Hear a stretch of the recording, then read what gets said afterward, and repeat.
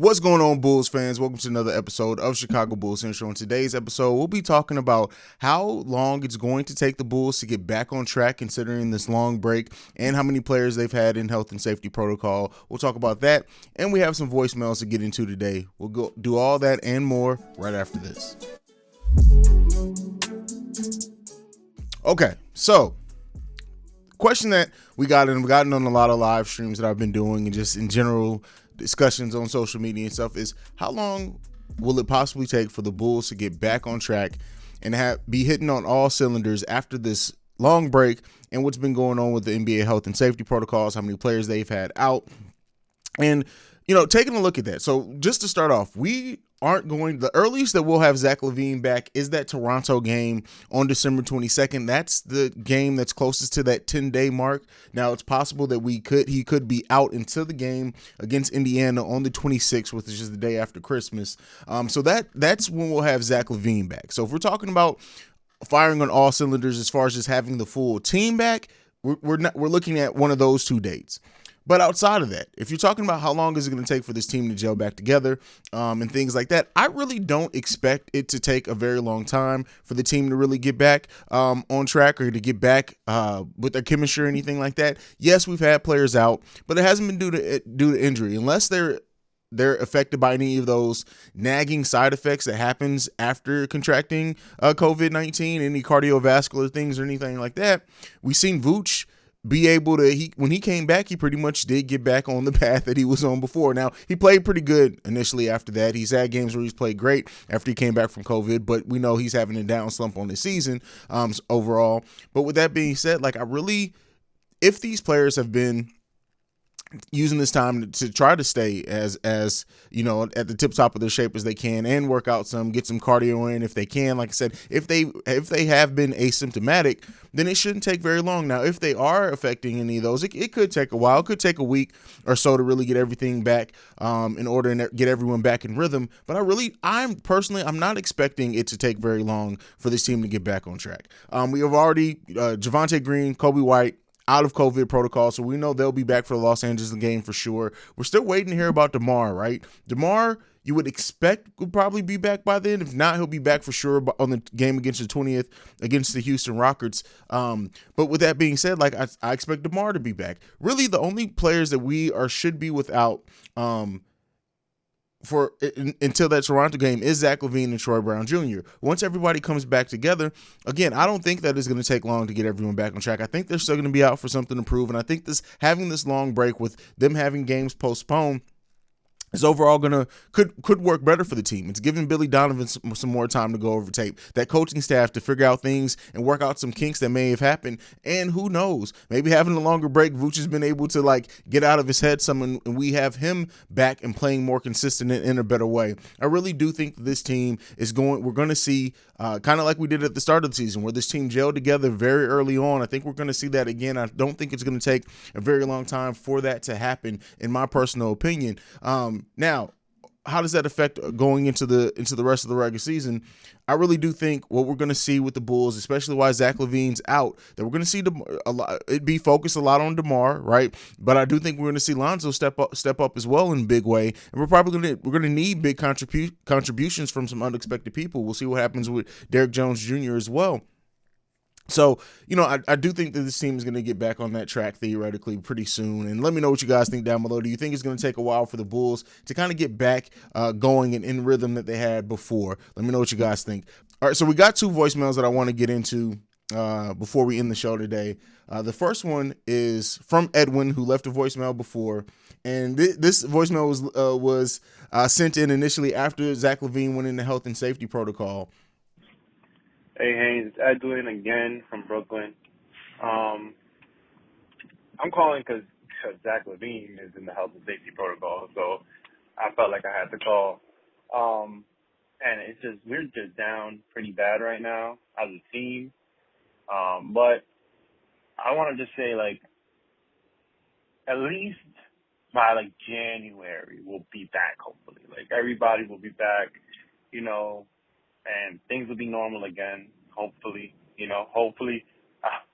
I feel like it's inevitable. I feel like Lonzo's going to be next, and then and then I don't know if Vooch could be next again. I don't know if that's how that works, but I feel like it's gonna take like a good month for us to get back into things.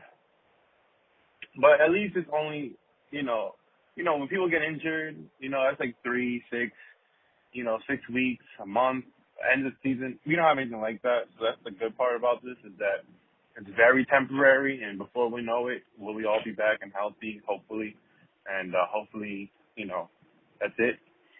But the more concerning thing right now about this team is I'm questioning, is Vooch just going to be this kind of player? Is this who Vooch is now, that he's not the number one option? Is this just what his ceiling is? Or I mean, we know what his ceiling is, but is this how he's going to be permanently? Because it feels like at first, I figured, he just needs to get used to it. But now it just feels like he had plenty of time already. His numbers are his numbers. His averages are going to be down this year for sure. And, maybe Vooch was just a really good player on a bad team and mediocre on a good one. I don't know. Maybe I'm being harsh on Vooch. But let me know what you think. Maybe we should just give him more time. I'm not sure. But yeah, I'm a little worried about our center position. Maybe we could do that Miles Turner for Vooch trade. I don't know if that's a thing that's possible, but I don't know. Let me know. So that voicemail from Edwin, that first voicemail, mainly focused around, like I said, a lot of that was about after Zach, but he brought up the concern about Vooch and what type of player is Vooch going to be? Is he going to be the type of player he's concerned about? Everyone's concerned about what we do at the center position. I really do think Vooch is going to work himself out of it. I maintain that the guy's been too good for too long. And will he be and have the impact that he had on the Magic? No, but we shouldn't want him to, right? Well, that was a team that didn't win. So I think that Vooch is going to work himself out of it. But as far as like the Miles Turner deal, I've already talked about that heavily. I don't think that that's realistic. I don't think that that's going to happen. And I don't think we have the assets to make it happen. But even what outside of that, I don't think the Bulls are going to make any type of knee-jerk reactions here in the midseason. Yes, as Bulls fans, this is the closest that we felt that we're being to contending, and it makes sense that why we want to pull the trigger on whatever we can to make sure that we lock in that contendership. But at the end of the day, I don't think the Bulls move away from Vooch right now. If it does happen, I don't think it happens until next offseason. But I do think that Vooch is going to work himself out of it. And I think we're going to be firing on all cylinders. And I think when the Bulls, depending on what they do to bring in another 4 or anything, that's going to really determine and make a lot of things easier on us. So that's my opinion on it. Edwin, thank you so much for the voicemail. Next up, we got Shay, who's always in our live chats. Shout out to Shay. And this is Shay's voicemail. Hey, what's up, Hayes? This is Shay. And I was thinking, what do you think about rumors that you might have interest in Cam Reddish? So Shay asked about the rumors about Cam Reddish. Cam Reddish.